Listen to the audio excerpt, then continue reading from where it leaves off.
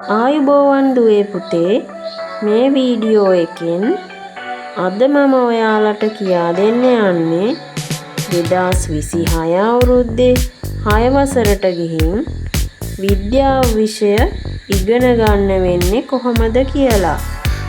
ඉතින් ඔයාලා දන්නවනේ 6 වසරට ගියාම ඔයාලට වාර 3ක් ටර්ම්ස් 3ක් තියෙනවා කියලා. අපි මුලින්ම එක වාරයක් ගැන කතා කරමු.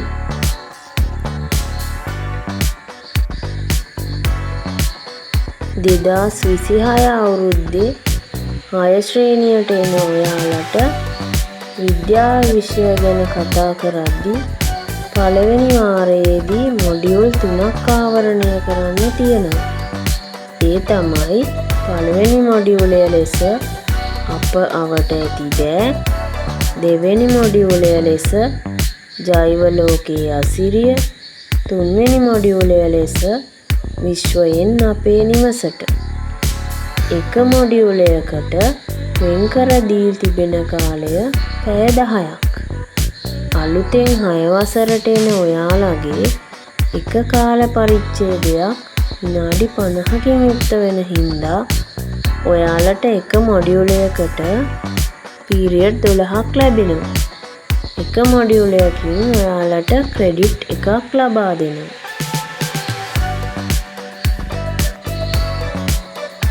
මොකද්ද මේ ක්‍රෙඩිට් එකක් කියන්නේ?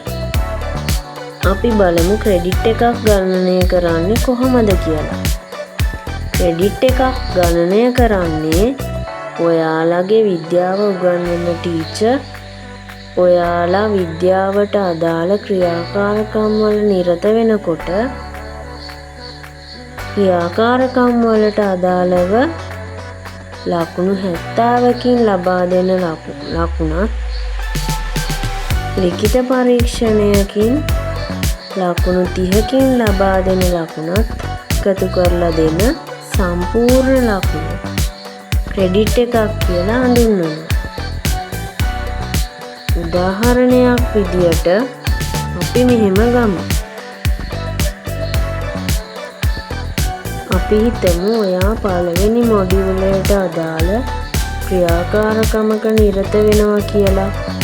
එතකොට ඒ ක්‍රියාකාරකම නිරත වෙනකොට ගුරුවරයා විසින් ඔයාට තියෙන කුසලතා පිළිබඳව නිර්ණායක වලට ලකුණු උපරිම 70ක් ලබා දෙනවා. ඊට අමතරව ඔයාට මොඩියුලය අවසානයේදී ප්‍රශ්න පත්‍රයකට මුහුණ දෙන්න වෙනවා. එම ප්‍රශ්න පත්‍රයට ලබා දෙන උපරිම ලකුණු 30ක්. ඉතින් කුසලතාවලටයි ලියන පේපර් එකටයි ලබා දෙන සම්පූර්ණ ලකුණු 100ක්.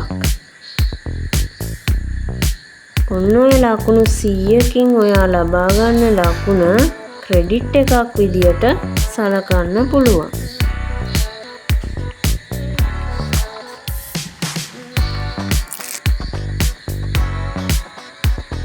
ඉතින් ඒ විදියට වාරයට අදාළ මොඩියුල් 3ම අවසන් කරාම වාරයට අදාළ ක්‍රෙඩිට් 3ට අදාළ ලකුණු උපයා ගන්න ඔයාටත් පුළුවන්.